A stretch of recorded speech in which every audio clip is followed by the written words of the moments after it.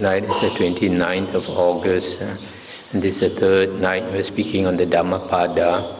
We come to chapter 10, Danda Varga, violence, verse 129. All tremble at violence, all fear death, putting oneself in the place of another. One should not kill, nor cause another to kill. 130. All tremble at violence, life is dear to all. Putting oneself in the place of another. One should not kill, nor cause another to kill. So basically, if we fear death and we value our life, so do all other beings. So we should not kill other beings or get another person to kill. 131. One who was himself seeking happiness oppresses with violence other beings who also desire happiness, will not attain happiness hereafter. 132. One who while himself seeking happiness does not oppress with violence other beings who also desire happiness, will find happiness hereafter. This karma vipaka is such that if we take the life of other beings, cause their life to be short, then our lives will naturally become short. Just as nowadays you find some children, sometimes even 1 or 2 years old, they have cancer, sometimes cancer of the bone, leukemia, for no apparent reason. And even if we don't kill other beings, we are violent towards other beings, that means harm them, physically harm them, give them pain. Then when we are reborn, it's unlikely that our body also will give us pain here, pain there, with all kinds of sickness. So this karma vipaka, action and its result follows us. Whatever we do, we get back. What we give to others, we get back in return. If not this lifetime, then in a future lifetime. 133. Do not speak harshly to anyone, for those thus spoken to might retort. Indeed, vindictive speech hurts, and retaliation may overtake you. We speak harshly to others, people don't like it, and they will retaliate, and then we'll get back hurtful words. 134. If, like a broken gong, you silence yourself, you have approached Nibbana, for vindictiveness is no more in you. This is more of a samana dhamma. There's one sutta where the Buddha told a monk that you cannot return anger with anger. For a monk, if he gets a scolding, he should not scold back. If he scolds back, that is the practice of ordinary people. But for a monk, we should not return anger with anger. So here, like a broken gong, if a monk can practice like a broken gong, does not retaliate, then it's on its way to Nibbana. It's not easy to do. Normally when we get scolded, we get angry in return. 135. Just as a cowherd drives the cattle to pasture with a staff, so do old age and death drive out the life of beings. So aging and dying is natural to all beings. 136. When the fool commits evil deeds, he does not realize the consequences. The witless man is tormented by his own deeds, like one burned by fire. Ordinary people, we do evil because we don't understand the law of karma vipaka. If we understood the law of karma vipaka, we will never do evil. It's because we never realize the consequences are so bad. A lot of people don't know that there are ghost realms and even hell realms. A lot of people hear, but they don't believe that there's such a thing as hell, as ghosts and all that. So they just follow their tendencies, which is basically greed, hatred and delusion. 137. One who uses violence against those who are unarmed and offends those who are inoffensive will soon come upon one of these 10 states. 138. He will incur sharp pain, disaster and bodily injury, or serious illness or derangement of mind. 139. Or he will meet with trouble from the rulers or grave charges, loss of relatives or loss of wealth. 140. All his houses will be destroyed by a ravaging fire, and upon dissolution of the body, that ignorant person will be reborn in hell. So here for a moment. So if a person is violent towards those who are inoffensive, then all the troubles will come to him. Especially if the person that is harmed is an Arya, then even worse. So one thing about the law of karma vipaka, when we do harm against somebody, does not mean that the person will harm us in return. If we harm somebody, we will get harmed, and anybody can harm us. It's like sometimes because of killing karma, person has a car accident and his life is shortened. It's not necessary that the particular person has to retaliate, has to give him back the consequences. Any other being can do it, because having done the evil deed, he attracts that vipaka, the result of his karma will come to him in whatever form. 141. Neither going about naked, nor matted locks, nor filth, nor fasting, nor lying on the ground, nor smearing oneself with ashes and dust, nor sitting on the heels in penance can purify a mortal who has not overcome mental wavering. Mental wavering, I guess, refers to doubt. So if a person, like an external ascetic, he doesn't understand the Dhamma and he doesn't have samadhi, so the mind is always wavering, doubting. So he practices all these ascetic practices, like going naked, having matted locks, means long hair that are matted together, smearing filth on the body, fasting, is lying on the ground, I'm not sure why, smearing his body with ashes and dust, etc. Cannot purify his defilements. 142. Even though he be well adorned, yet if he is poised, calm, controlled, and established in the holy life, having laid aside violence towards all beings, he truly is a holy man, a renunciate, a monk. So it is not outside appearances that is important, it is a man's heart.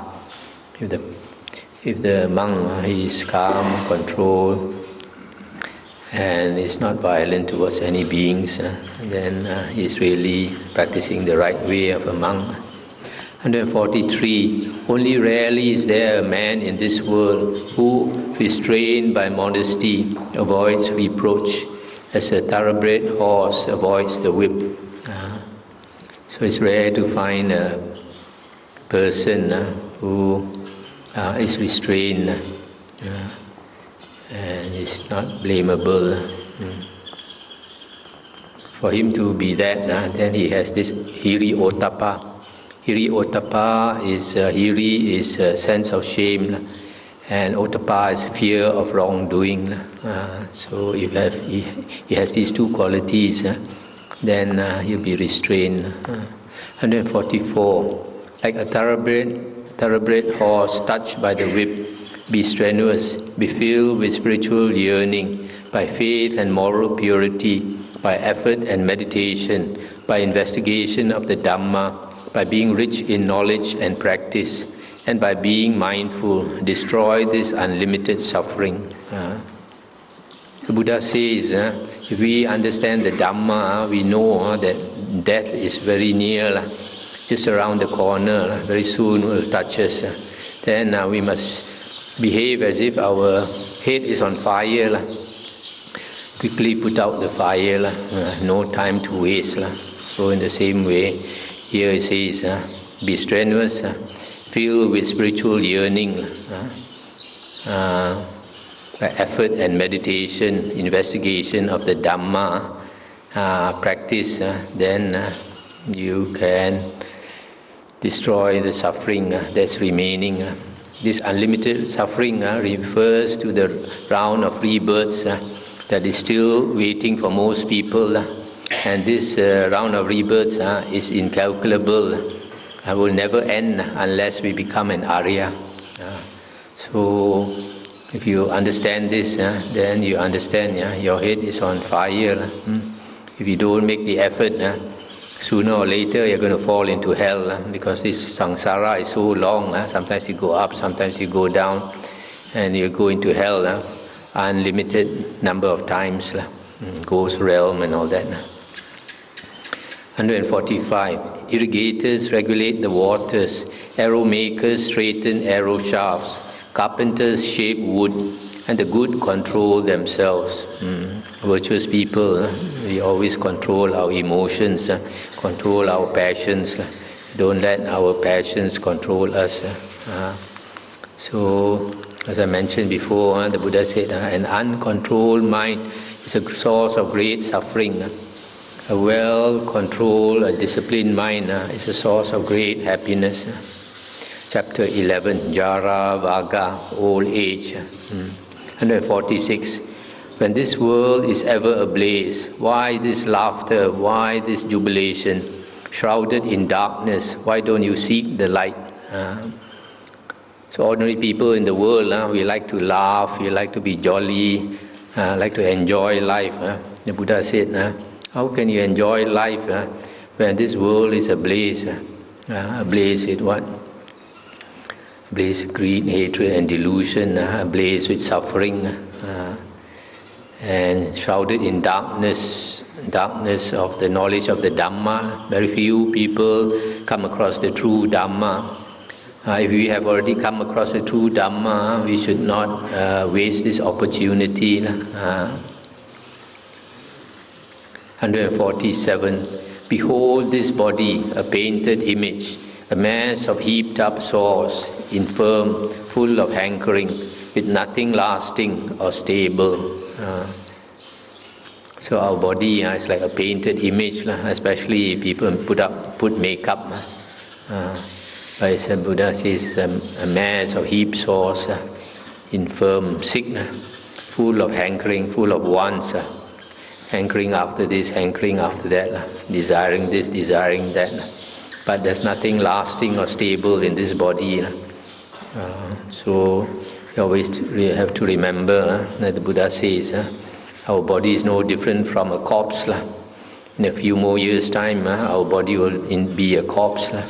And even that corpse also won't last. That smelly, bloated corpse, the blue-black corpse, even that also will break up and disappear altogether. 148. Fully worn out is this body, a nest of disease and fragile. This foul mass breaks up, for life ends in death. All lives must end in death. And this body is a nest of disease. Especially if your karma is no good, you have all kinds of disease, cancer, high blood pressure, diabetes, heart disease, everything. 149. These dove-colored bones are like gods that lie scattered about in autumn. Having seen them, how can one seek delight? In the olden days, during the Buddha's days, they didn't have proper cemeteries. They would just throw the corpses in the forest and let the animals eat. So you walk to those places, you'll find all these bones scattered about. And if you see them, then you should realize that one day your own body will be like that. So how can you delight in this world? How can you be happy with your life? Because very soon you'll end up there. 150. The body is a city built of bones, plastered with flesh and blood, containing within aging and death, pride and contempt. So this body this aging and dying is inherent in our body. But we don't understand worldly people are full of pride and contempt for others. Pride with your own body, pride that your body is so beautiful, you're full of strength and all that, and contempt for other people. But very soon all that you will lose. 151. Even gorgeous royal chariots wear out, and this body too wears out. But the Dhamma of the good does not age. Thus the good make it known to the good. So everything in the world will wear out. But the Dhamma does not wear out. So we pass it to those who have the blessings to receive it.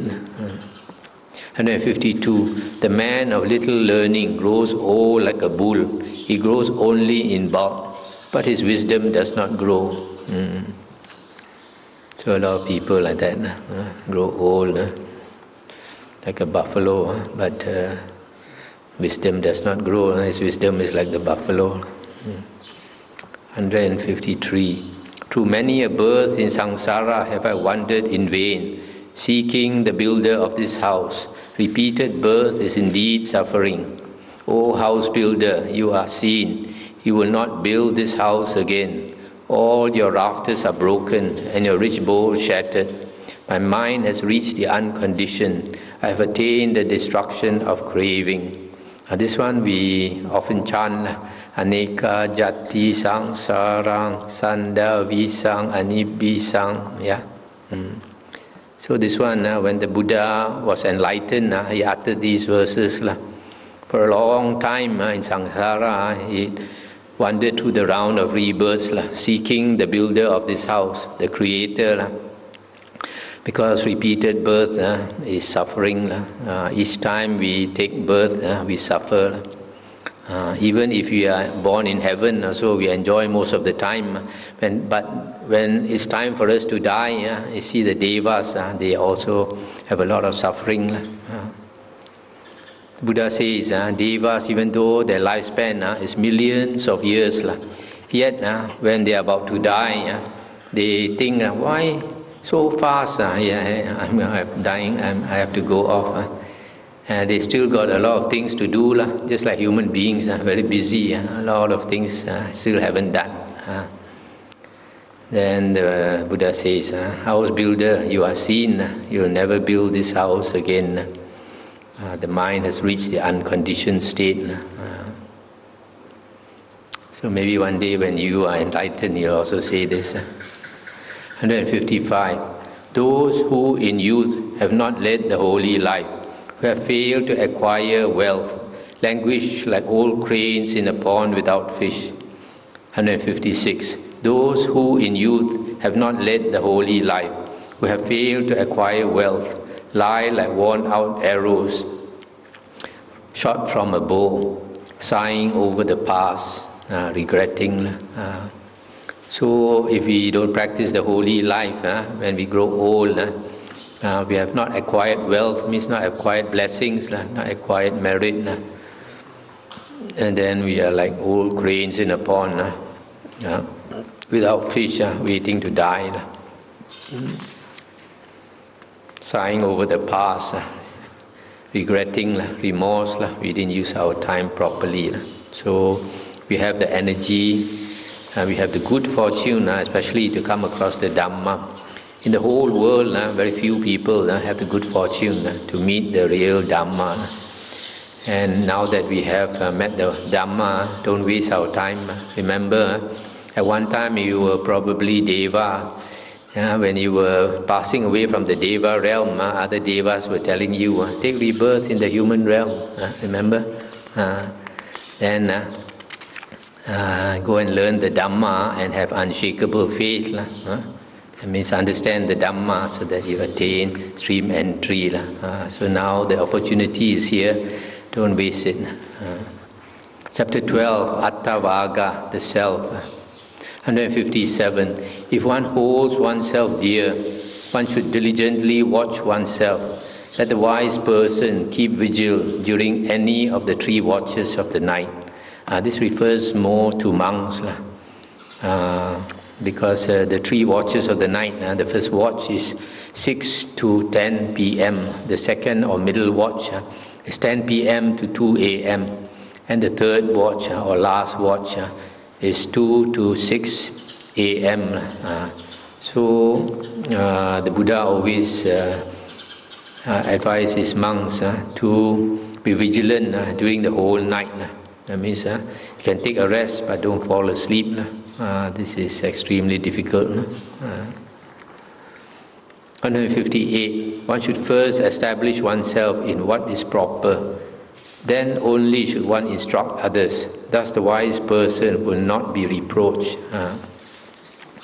So, like the Buddha says, if a person is in the mud, it's difficult to pull another person out of the mud. So we should practice and then instruct others is the best. But the Buddha also said the good to benefit yourself and to benefit others at the same time. So as you practice the Dhamma, you also teach the Dhamma if you can. 159.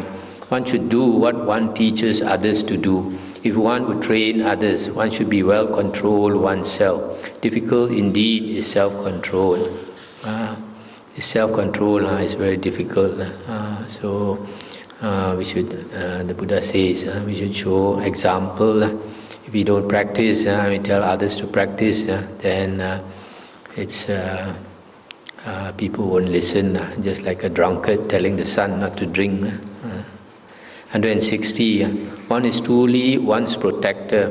Who else could the protector be? With oneself fully controlled, one gains a protector which is hard to gain. Just as we came across before, the best friend can be ourselves. The worst enemy can also be ourselves. So also the Buddha said in one sutta, be a lamp unto yourself, be a refuge unto yourself with no other refuge. Take the Dhamma as your lamp, take the Dhamma as your refuge with no other refuge. 161. The evil a witless person does by himself, born of himself and produced by himself, grinds him as a diamond, grinds a hard gem. This one we read in some other sutta. When a person goes down to hell and he's confronted by this King Yama, and the King Yama will play the DVD of his past life. And you see all the actions he did, good and the bad. And then, of course, the bad is more. And the King Yama said, you have come here because of your own actions.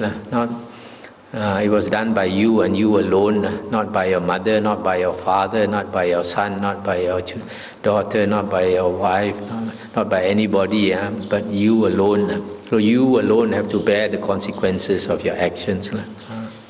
So here, just like that. 162.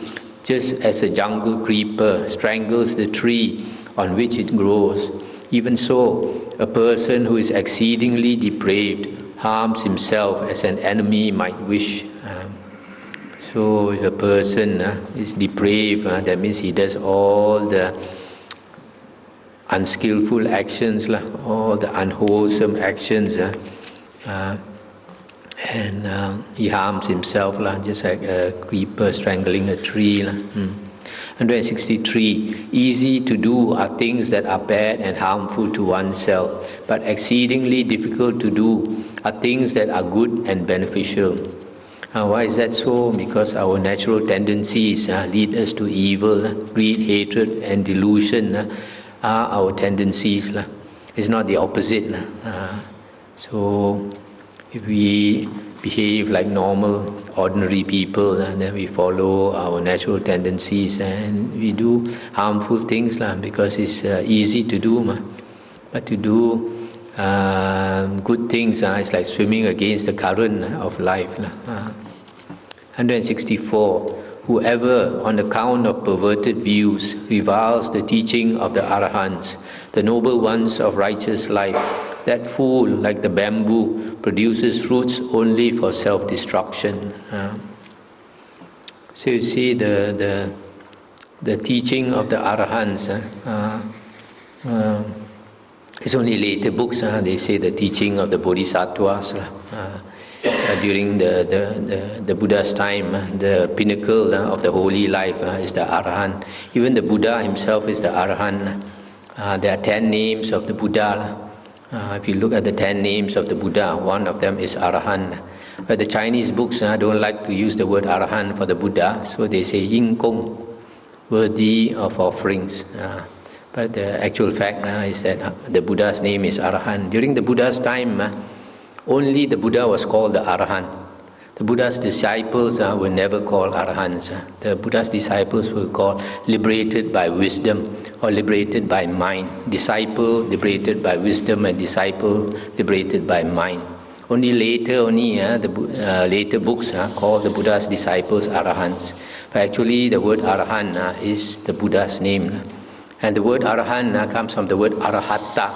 Ara and Hatta. Ara is the spokes of the wheel, and Hatta is destroyed, broken up.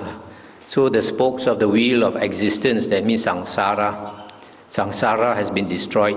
So an Arahant is a liberated person who has destroyed the wheel of samsara. He's broken the wheel of samsara, will never be reborn again. So people with wrong views, they revile not only the teaching of the Arahants, they also revile the Arahants, talk bad about the Arahants.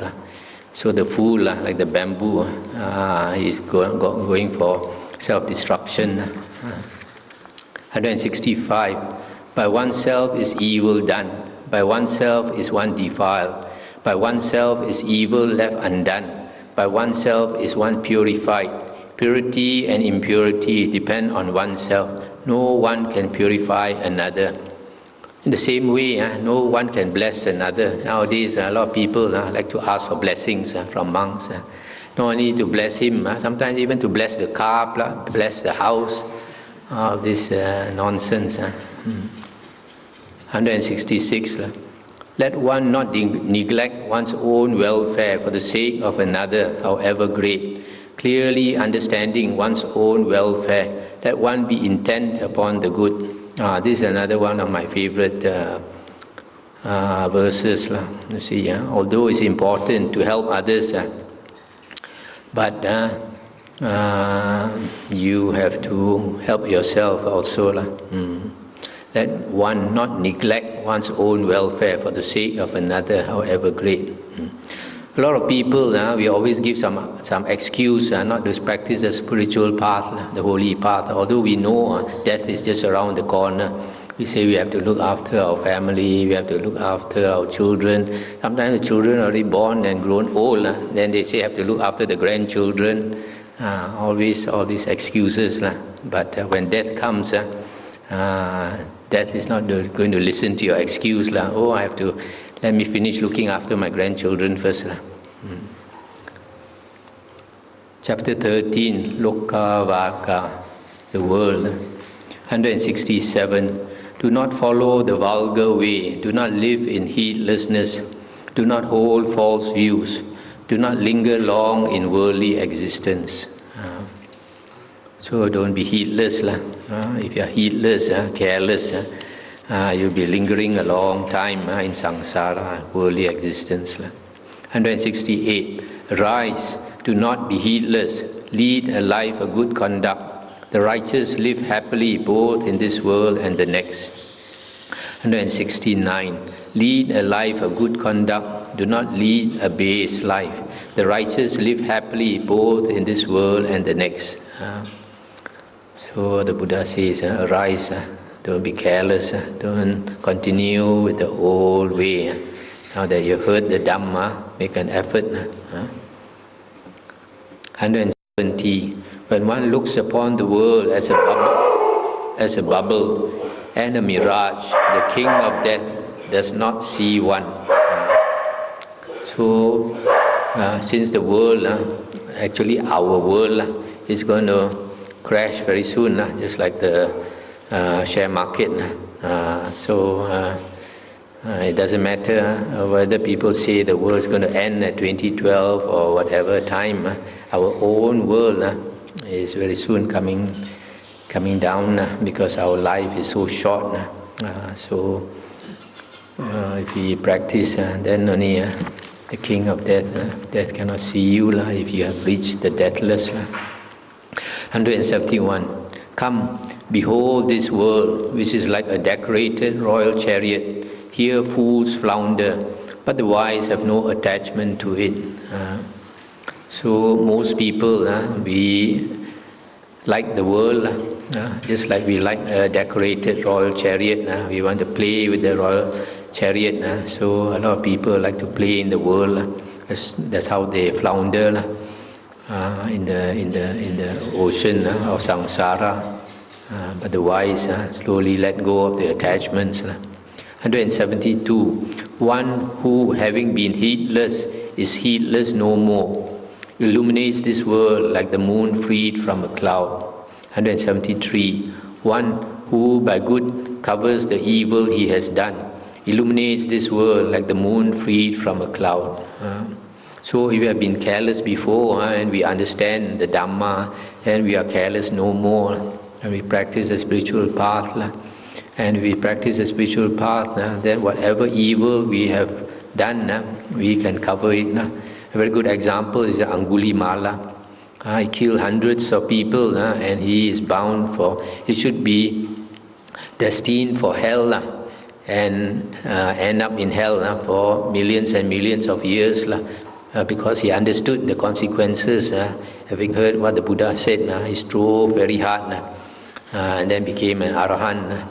And didn't have to pay back all the evil that he did because he had no more ego. Only when we have an ego, a self, the karma can follow us. When there's no self anymore, then the karma cannot attach to that self anymore because there's no self. 174. Blind is this world. Here only a few possess insight. Only a few, like birds escaping from a net, go to the realm of bliss. As I mentioned before, the holy path is the path of the alone, to the alone, by the alone. So very few have the courage to walk this lonely path and get free. 175. Swans fly on the path of the sun. Men pass through the air by psychic powers. The wise are led away from the world after vanquishing Mara and his host. The Mara here refers to all the defilements inside us. If we can overcome all the defilements inside us, then only we are led out of the samsara. 176. For a liar who has violated the one law of truthfulness, who holds in scorn the hereafter, there is no evil that he cannot do. This person who does not understand the law of karma vipaka, so he doesn't believe in the afterlife, the hereafter. So if people tell him about karma vipaka and about future rebirth, he will scorn, won't believe at all. So such a person who does not believe in the law of karma vipaka, action and its consequence, then he dares to lie and dare to do any evil. He will not hesitate to do because he doesn't understand the consequences or don't believe in the consequences. 177. Truly, misers fare not to heavenly realms, nor indeed do fools praise generosity, but the wise person rejoices in giving, and by that alone does he become happy hereafter. If we are generous, we make other people happy. So we give happiness when we give things to others, and it comes back to us naturally. 178. Better than sole sovereignty over the earth, better than going to heaven, better than even lordship over the worlds, is the fruition of stream entry. This is another very important saying. In the whole world, the most valuable thing we can get in life is to attain stream entry. nothing more valuable than become Sotapanna, the first stage of Aryahood, the stream entry, first path, which will become turned to first fruit within the same lifetime. So better than being king of the whole world, or even king of the Deva realm. That as a Deva you are very happy. But if you are a Deva Raja, like Sakha Deva Raja, you are even more happy. But that is nothing at all compared to attaining a stage of Aryahood. Because once you attain a stage of Aryahood, all the woeful pains of rebirth you've left behind. You'll never become a ghost again. You'll never become an animal. And you'll never be reborn in hell again. So the remaining suffering is very little. But even if you become Sakha Deva Raja, king of all the Devas, if you have not become an Arya, then the round of samsara is still very long. And because the round of samsara is still very long, you are sure, I guarantee you, that you'll become a ghost many times, animal many times, fall into hell uncountable number of times or so. Chapter 14, Buddha Varga, the Buddha, 179. By what track can you trace the trackless one, the Buddha of limitless range, whose victory nothing can undo, whom none of the vanquished defilements can ever pursue? 180. By what track can you trace the trackless one, the Buddha of limitless range, in whom exists no longer the entangling and embroiling craving that perpetuates becoming? So this can be the same. You can say the same. Instead of the Buddha, you can say the Arahant. All Arahants are trackless. There's at least 2 suttas in the Nikayas where after the Arahant passed away and the Buddha went to see his body, and the Buddha said his consciousness will not take rebirth, because that's one sutta where the Arahant passed away, and then the Buddha came to that corpse. Then the Buddha looked, and then the Buddha told his disciples, "Can you see the dark cloud moving to and fro in the distance?" And the monk said, "Yes." And the Buddha said, "That is Mara, looking for the consciousness of Akali, the Arahant." Then the Buddha said, "He'll never find the consciousness of Akali, the Arahant, because the consciousness has ceased." This consciousness that we have, the 6th consciousness, is like a dream. When the 6th consciousness works, then the world is created. The world only exists in consciousness. So when a person becomes an Arahant, he has stopped the tendency of consciousness to flow. This tendency of the consciousness to flow is called asava. In Chinese it's called lo. So lo is the flow, basically the flow of consciousness. So when a person becomes an Arahant, he has stopped this flow of this consciousness. So when he passes away, the consciousness stops flowing. So he becomes a trackless one. He cannot find his tracks anymore. And also his victory, nothing can undo. In other words, if even an Arya, any Arya, even Arya attains the first stage or the first fruit, Sotapanna, or the second fruit, Sakadagami, or the third fruit, Anagamin, or the fourth fruit, Arahant, he does not, it's not reversible. He cannot go on reverse gear, cannot undo what he has attained. It's forever, what he has attained is forever. 181. Those wise ones who are devoted to meditation and who delight in the calm of renunciation, such mindful ones, supreme Buddhas, even the gods hold dear. So those who are devoted to meditation, renounce and attain liberation, that means whether it's Buddha or Arahant. An Arahant can be said to be a self-enlightened, a Buddha can be said to be a self-enlightened Arahant. Because in the suttas, the Buddha says there's no difference at all between his enlightenment and his disciples' enlightenment. The Buddha said the only difference is that the Buddha is the first Arahant. the first one to walk the Noble Eightfold Path. And he's very conversant with the Noble Eightfold Path, and he teaches the Noble Eightfold Path. So in other words, the Buddha is the first Arahant. And the reason he's called the Buddha is because when the Buddha struggled for enlightenment, there was no Dhamma in the world. And then after becoming enlightened, and that also he became enlightened only because he cultivated the psychic powers and looked into the past. Then all the Dhamma that he had learned from Buddha Kassapa came back. And then remembering the Dhamma, he contemplated the Four Noble Truths and attained enlightenment. So this in the suttas, especially like in the Mahasamaya Sutta and the Digha Nikaya, the Buddha said these devas from far, they come to pay respect to the Arahants. If there's any Arahant in the world, these devas from the 10,000 world systems they know. So from far, even they stand in the sky, halfway in the sky, they bow down, pay respect to the Arahants.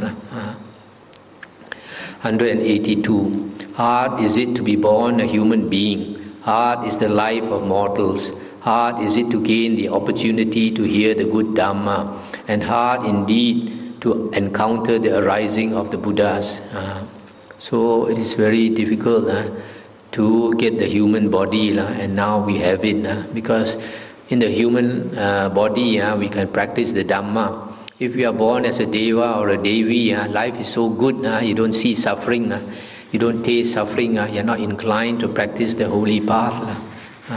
But here, because we see dukkha all around us, we see beings dying, we see beings becoming sick and becoming old.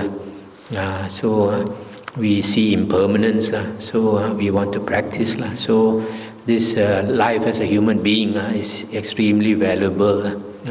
Only here in the human realm we can struggle to get out of samsara, not in the other realms of existence. So it's very difficult to hear the good Dhamma. And now that we are able to hear the good Dhamma, this is still the Dhamma age, not like what the Mahayanis say. This is the Dhamma ending age. For them it's the Dhamma ending age because they don't want to strive to get out of samsara. If you don't want to strive to get out of samsara, you're not practicing the Dhamma. You're only practicing worldly Dhamma, doing good and all that. But the Buddha's Dhamma is liberation. The Buddha says his Dhamma has one taste, the taste of liberation. Just like the sea has got one taste, the taste of salt. So does the Dhamma have one taste, the taste of liberation. So if we practice the Dhamma, this is the Dhamma age. It's as good as the Buddha was alive. Because even if the Buddha was alive, he only teach the Dhamma as we can get it now. And even if you were born during the Buddha's time, you must remember that you are not always with the Buddha. And the Buddha's talks were not recorded like now. So you might only be with the Buddha for a few days or a few weeks. And then the amount of suttas you can hear from the Buddha is so few. Right now we can listen to 5,000 original suttas of the Buddha. So this is a very, very good Dhamma age where all the pure Dhamma brought down by the Arahants. People like to say Arahants are selfish, but actually we have the Dhamma today because of the Arahants' work. If not for the Arahants' hard work today, the Dhamma would not be with us. They have transmitted it by mouth, one generation after generation. And so now we get the Dhamma, and we know from the history of Buddhism that true Dhamma, the Buddha says, will last 500 years. That means unpolluted for 500 years. And during the 500 years that we had true Dhamma was during Emperor Asoka's time. And Emperor Asoka, he built these stone pillars where the words of the Buddha were carved out. And now that they dig up these old Asoka stone pillars, they see that the Dhamma that existed during Asoka's time were the 5 Nikayas. Only the 5 Nikayas. No Abhidhamma, no commentaries, no Mahayana Sutras. All those are later books. So we are lucky that Dhamma during Emperor Asoka's time has been preserved down to us purely. So the true Dhamma is still with us. 183. To avoid all evil, to cultivate good, and to cleanse one's own mind. This is the teaching of the Buddhas. All Buddhas' teachings is basically this. To avoid all evil is to keep the sila. To do good is to be generous, practice charity. And to cleanse one's own mind is to meditate and develop the mind. 184. Enduring patience is the highest austerity. Nibbana is supreme, say the Buddhas. He is not a true monk who harms another, nor a real renunciant who oppresses others. Enduring patience, another word for it is forbearance. That means when we suffer, when people harm us, when people oppress us, we bear it. If you understand the Dhamma, then we understand whatever we get is the result of karma vipaka. So even if people are not good to us and we understand the law of karma vipaka, then we understand we are getting what we have done to others. So we bear it, and this is enduring patience. It's the highest austerity. Nibbana is supreme. There's nothing higher than Nibbana. The Buddha also said, Nibbanang paramang sukha. Nibbana is the greatest bliss. So a real monk does not harm another or oppress another. 185. Not despising, not harming, restrain according to the patimokkha or the code of monastic discipline. Moderation in food, dwelling in solitude, devotion to meditation. This is the teaching of the Buddhas. Not despising others, not harming others, practicing the Vinaya code, the precepts. And then moderation in eating, that means at night we don't eat. Dwelling in solitude, devotion to meditation. This dwelling in solitude, the Buddha always encouraged the monks after 5 years of training to stay alone and devote themselves to meditation. This is the basic teaching of the Buddhas. But in later books, they changed this. For example, I was following Mahayana Buddhism and I took the Bodhisattva precepts. And among the Bodhisattva precepts, there's one precept that says you are not allowed to live alone in the forest, to dwell alone in the forest and practice meditation. If you do that, then you are breaking the Bodhisattva precepts. So this is contradictory to what the Buddha says. The Buddha himself used to love to dwell in solitude, and he encouraged his disciples to live in the forest. And later the Buddha said, even in his old age, he liked to live in the forest for two reasons. One, if a person is used to seclusion, he likes to be alone, so he finds happiness alone. Secondly, the Buddha said, for the benefit of later generations. So he wants the later generations, that means people like us, to know that all these Buddha and Buddha's disciples like to live alone in the forest. Because when you live alone, nobody to talk to, nobody to distract you, then only you can attain high stages of meditation. 186 and 187. There is no satisfying sensual desires, even with a rain of gold coins, for sense pleasures give little satisfaction and entail much pain. Having understood this, the wise man finds no delight even in heavenly pleasures. The disciple of the Supreme Buddha delights in the destruction of craving. These sensual desires, when we enjoy it, there is never enough of it. When we enjoy good food, then we want more and more and better good food. Never seem to be satisfied. And then liquor also the same. If a person likes liquor, he drink until he is drunk, he cannot drink anymore. And tomorrow he'll want to drink again until he's drunk again. Never satisfied. There's no limit. So it's very dangerous because we don't know our limits. But our body cannot take it. Our mind also cannot take it. Sometimes people enjoy until they blow their mind, like taking drugs. A little bit, very strong, very nice. Then you take more, increase more and more and more until you blow the fuse.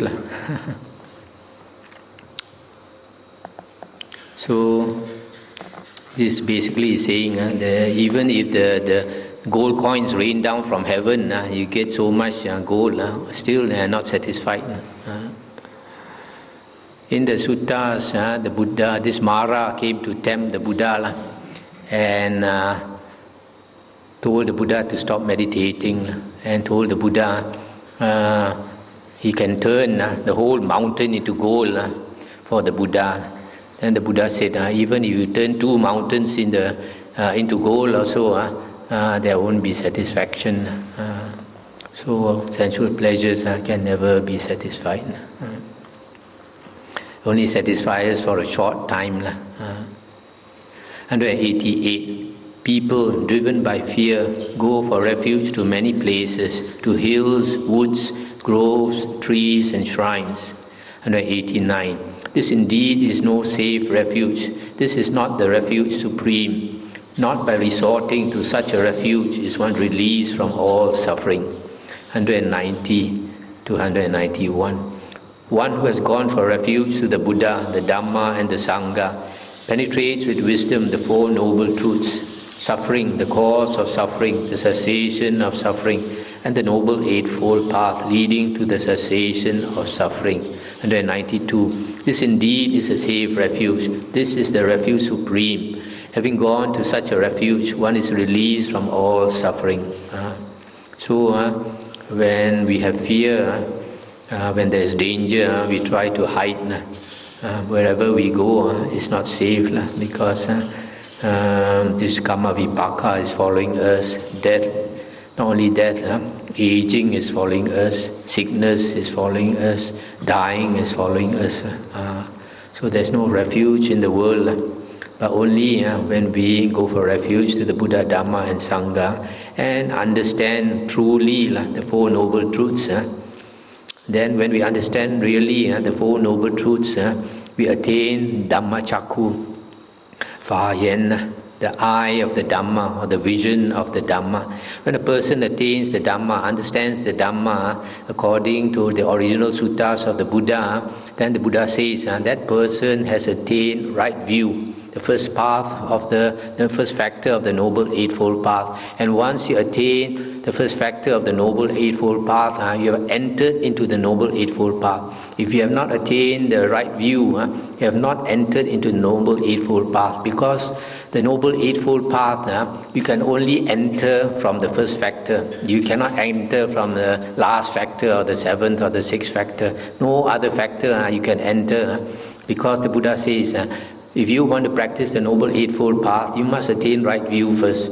Because the first factor, right view, only after you attain right view, then only you can attain right thoughts, the 2nd factor. And that will lead you to the 3rd factor, right speech. And that will lead you to the 4th factor, right action. And that will lead you to the 5th factor, and the 6th factor, and the 7th and the 8th. So the Noble Eightfold Path must be practiced in this way, not jump into any factor you like. So once you attain the first factor, right view, you have become an Arya, because you have attained right view. And if you become an Arya, then you are safe. This is the safe refuge. One is released from all suffering. Because once you attain the first factor, you become the lowest Arya, which is the first path attainer. And the Buddha says, once you attain the first path, that means right view, it must turn into the first fruit, Sotapanna, the same lifetime.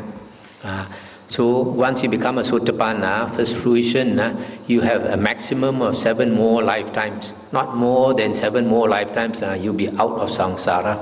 You'll be released from samsara already. So you are destined for enlightenment. 193. Hard to find is the thoroughbred man. He is not born everywhere. Where such a wise man is born, that clan thrives happily. This thoroughbred man can refer to an Arya. If you have an Arya, then all the people around him will benefit, will be happy, because he practices the Dhamma, he teaches the Dhamma. 194. Blessed is the birth of the Buddhas. Blessed is the enunciation or teaching of the good Dhamma. Blessed is harmony in the Sangha. And blessed is the spiritual pursuit of the united truth seekers. So if we have a Buddha with us, we are blessed. But even if we have no Buddha, we have the good Dhamma with us, we are also blessed. Because the Buddha said, the Dhamma is the Buddha's body. Once the Buddha has passed away, the Dhamma represents the Buddha. And then if the Sangha of monks is in harmony, they are practicing the spiritual path together, that also is a blessing, because when they are united, then they do their work, they cultivate the spiritual path, and they benefit all the people around them by teaching the Dhamma. 195 to 196. One who reveres those worthy of reverence, the Buddhas and their disciples, who have transcended all worldliness and passed beyond the reach of sorrow and lamentation. One who reveres such peaceful and fearless ones, his merit none can compute by any measure. So here you see, those worthy of reverence are the Buddhas and the disciples. Who are these disciples? This not only refers to the Arahants, but it refers to all the Aryas, the Sotapanna, Sakadagamin, Anagamin, and Arahants.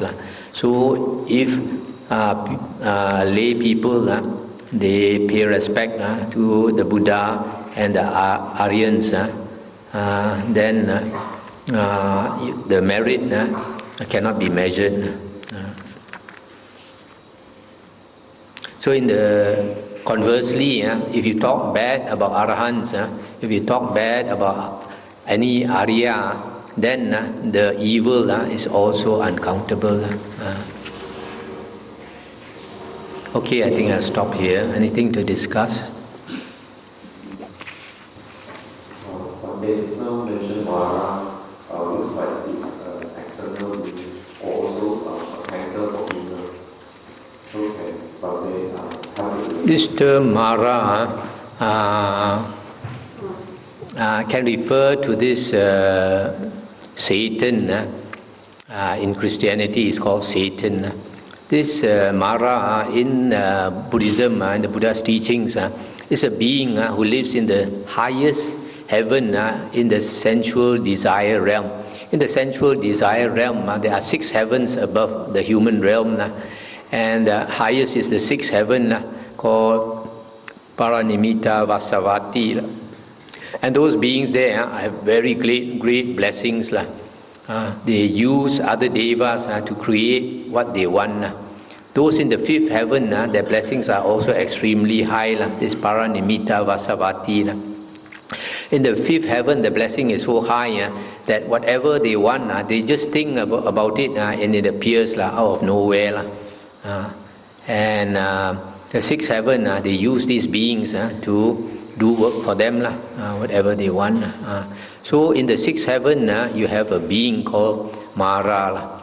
And this Mara, he probably was a cultivator, a monk in the previous life, or an ascetic in the previous life, because he has such great blessings to be born there. But he didn't reduce his ego. So when anybody practices the spiritual path and is near to enlightenment, that means he has attained the 4 jhanas. This Mara, out of jealousy, he will come and disturb the person. So he constantly disturbed the Buddha and the Arahant disciples, didn't want them to continue practicing and attain enlightenment.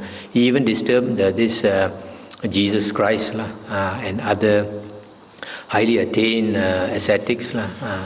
So this Mara will not come to disturb us until you have attained the 4th jhana. Because your own defilements will take care of you already. Mara don't have to take care of you. So this second interpretation of Mara is our own defilements. So our own defilements are basically, you can say, is greed, hatred, delusion. You can also say that it is the 5 hindrances. 5 hindrances meaning sensual desire, ill will or anger, sloth and torpor, making us sleepy and lazy, and then restlessness and worry, and the 5th one is doubt. So all these defilements make us hindrance to us on the spiritual path. So this is another way of calling Mara. คำที่we read in the Samhita Nikaya, Mara was known to have possessed the mind of Brahma realm god, and the Brahma realm is actually higher than the Mara's realm. Given to understand that if one who is born in the Brahma realm would have cultivated their mind very, very well, so can explain how it's possible that Mara can possess the mind of a Brahma god? These people who are reborn in the Brahma realm, they are, I think, of 2 kinds. One is those who practice the first jhana and are born there. But I think we saw in one of the suttas that if a person does a lot of charity and keeps his sila and all that, with a lot of blessings, worldly blessings, he can also be reborn in the Brahma realm. But as I mentioned, that this Mara in the 6th heaven, he was probably a person on the spiritual path before. So he might also have attained jhana because the Buddha, you must remember, the Buddha said that when he was at the time of the Buddha Kassapa, the last Buddha, our Bodhisattva, he met this Buddha Kassapa. In our earlier suttas, the Buddha only met 1 Buddha, not 24 Buddhas, only 1 Buddha. So he met the Buddha Kassapa, and then after hearing the Dhamma, he became a monk under the Buddha Kassapa. And during that lifetime under the Buddha Kassapa, he must have attained the first jhana, because after that he went to Tusita heaven and then came back as Siddhartha Gotama. As a small boy, maybe at the age of 10 years old, he could meditate under the jambu tree and attain the first jhana, which shows that he had already attained the first jhana. So since the Buddha attained the first jhana and was born in the Tusita heaven, which is only the 3rd heaven or the 4th heaven in the sensual desire realm. So for the Mara to have been born in the 6th heaven, it is possible he might have attained even the 2nd jhana. But because he did not constantly, abide in the 2nd jhana, he only attained it maybe once in a while. Because he didn't abide in the 2nd jhana constantly, so he might have been reborn in the 6th heaven. So maybe because of that, that's why he could possess the minds of these beings in the Brahma realm.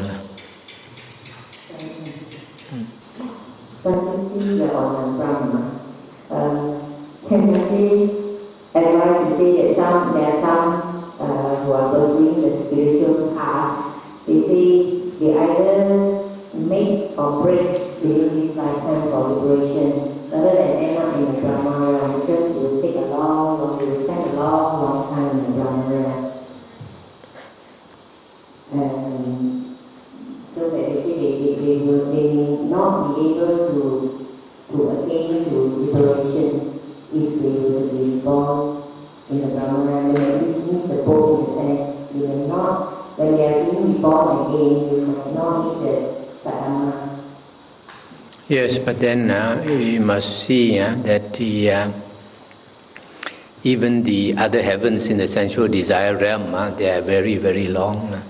So even if a person is reborn in one of the heavens in the sensual desire realm, it's very likely that when he comes back as a human being, there's no more Dhamma in the world. Just like our Buddha. he was reborn into Sita heaven, and then he came back to this world. There was no Dhamma in the world. So there's no guarantee that you will meet the Dhamma. But what is important is not so much where you are reborn. What is important is that you become an Arya. You attain the right view. Once you attain the right view, understand the Dhamma is by listening to the suttas, then you are secure. You will never be reborn in the woeful plains, and you are sure of attaining Nibbana within maximum of 7 more lifetimes. So don't worry where you are reborn. The most important thing is to become an Arya.